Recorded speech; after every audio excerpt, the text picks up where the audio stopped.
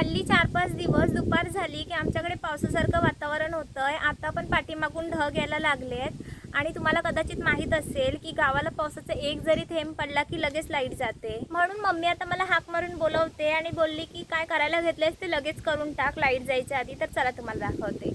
मला वेगवेगळ्या रेसिपीज बनवायला भरपूर आवडतं, म्हणून मी सतत काही ना काहीतरी करतच असते आणि म्हणूनच आज मी बर्गर करायचं ठरवलंय।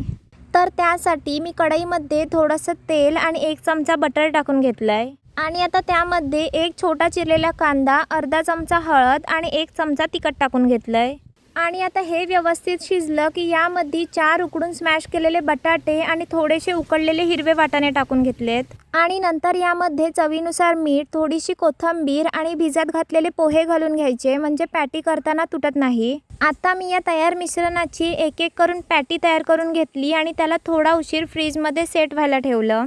थोड्या उशिराने पॅटी व्यवस्थित सेट झाली की त्याला मैद्याच्या स्लरीमध्ये डीप करून नंतर ब्रेड क्रम्बमध्ये कोट करून घ्यायचं आणि नंतर मग तळून घ्यायचं।